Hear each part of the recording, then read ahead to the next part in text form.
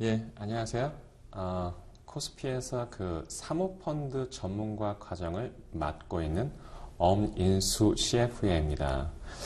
벌써 2016년도에 꽤 여러 번 진행을 했는데 다시 이렇게 좀 그 소개 동영상을 찍게 됐습니다. 저희 그 사모펀드 전문가 과정의 그 목적은 사모펀드를 잠재적으로 운영하기 위한 어떤 그 투자자 그리고 사모펀드에 투자하는 금융기관의 그 실무자들 그리고 기업의 M&A 전략을 배우고자 하는 분들에게 그 실무 능력을 향상시키기 위해서 제작된 과정입니다. 그래서 그 요즘 들어서 이제 그 M&A 시장에서 특히 사모펀드의 역할이 굉장히 커지면서 이 여러 기관 투자자들 아니면 기업에서도 그 관심도가 꽤 높아지고 있습니다. 그래서 수강생들이 조금씩 좀 더 많아지고 있는 추세인데요.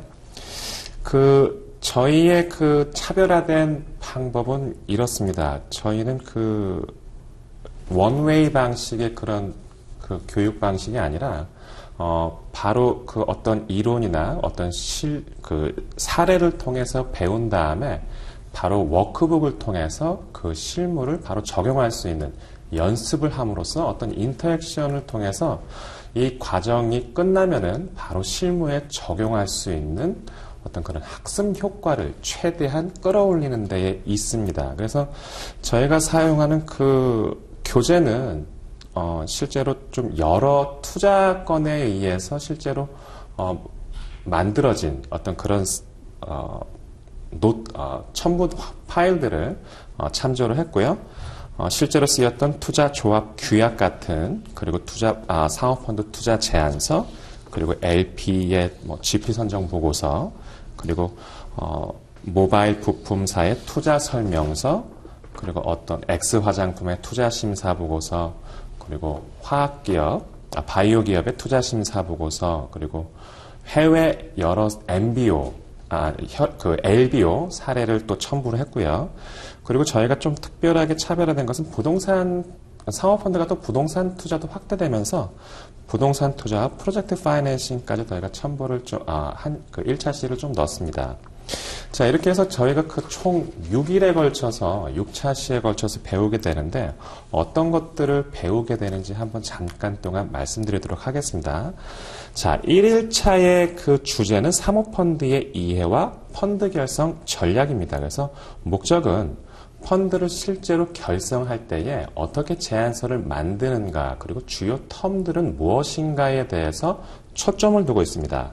그래서 일반적으로 글로벌 사모펀드에 대한 어떤 그 순위 그리고 해외 M&A 트랜잭션은 어떤지에 대한 동향을 먼저 살펴보고 사모펀드의 이론과 함께 사모펀드의 결성 절차와 투자 전략을 배운 다음에 저희가 워크북을 통해서 펀드의 결성 제안서를 실제로 연습하는 실무를 해볼 것입니다.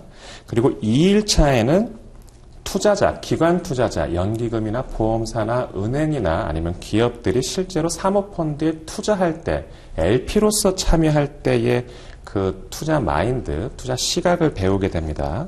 그리고 이번에는 사모펀드가 대상 기업을 투자할 때에 어떻게 투자를 하는가에 대한 절차를 배우게 됩니다. 그래서 그 2일차의 주제는 운용사 선정과 사모펀드 투자 실무입니다.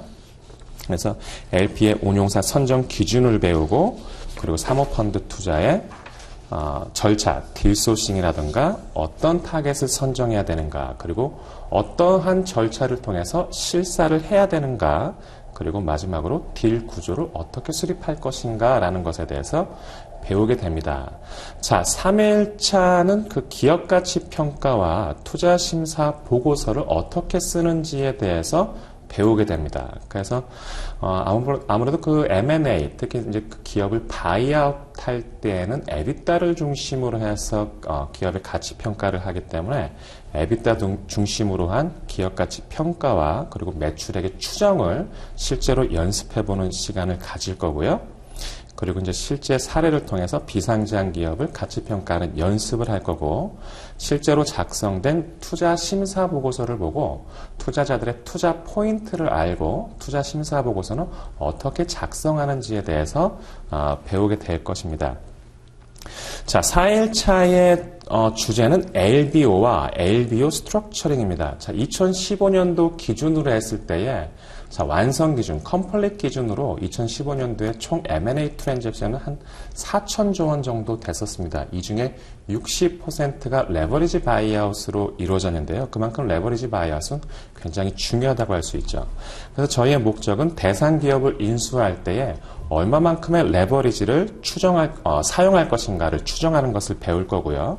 실제로 타겟 기업을 선정한 다음에 어떻게 LBO 구조를 짤 것인가에 대해서 배우는 것을 초점으로 하고 있습니다. 그래서 LBO의 구조를 배우고 레버리지를 얼마만큼 가용할 수 있는지에 대한 적정성을 배우고, 그리고 사례, 여기에는 사례가 굉장히 많이 들어갑니다. 그래서 여러 가지 사례를 통해서 asset acquisition, 그리고 매니지먼트 바이아웃, 그 다음에 메자닌 투자에 대해서 배우게 될 것입니다. 자, 5일차는 저희가 부동산 투자와 프로젝트 파이낸싱에 대해서 배웁니다. 그래서 특별히 사례로는 저희가 실제로 투자하는 연습을 할 텐데, 국내에서 좀 가장 많이 투자하는 것 중에 하나인 3PL 창고에 에쿼티로 투자하는 것을 한번 연습을 해볼 겁니다. 그리고 또 프로젝트 파이낸싱 중에서 해외 자원 개발, 이 사례를 분석해서 딜의 구조를 수립하고 리스크 및 투자 분석을 하는 것을 목적으로 하고 있습니다. 그래서 실제로 과거에 어떠한 부동산 투자들이 됐는지, 그리고 인프라스트럭처와 플랜트와 자원 개발 등의 여러 사례를 분석한 다음에 저희가 워크북을 통해서 연습을 해볼 거고요. 자, 마지막 6일차가 바로 저희의 최종 목적이 되겠죠.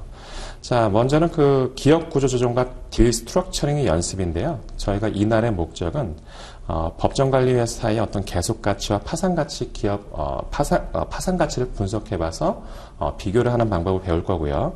최종적으로 대상 기업을 분석한 후에 실제로 밸류에이션을 구하고, 그 다음에 레버리지 바이아웃 구조를 짠 다음에 프라이빗 에쿼티 펀드로 어떻게 투자할 것인가를 연습할 것입니다.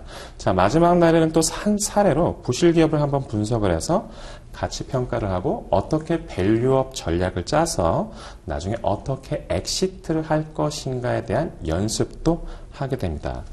그래서 저희 과정의 초점은 단순히 어떠한 이론이나 그냥 사례 분석이 아니라 실제로 배운 것을 워크북으로 바로 활용해서 실제 이 과정이 끝난 다음에는 바로 실무에 적용할 수 있는 능력을 향상시키는 데에 목적이 있습니다.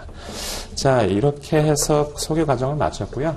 그리고 이제 조만간 또 오픈되는 상업펀드 전문가 과정에서 뵐 수 있도록 하겠습니다. 자, 감사합니다.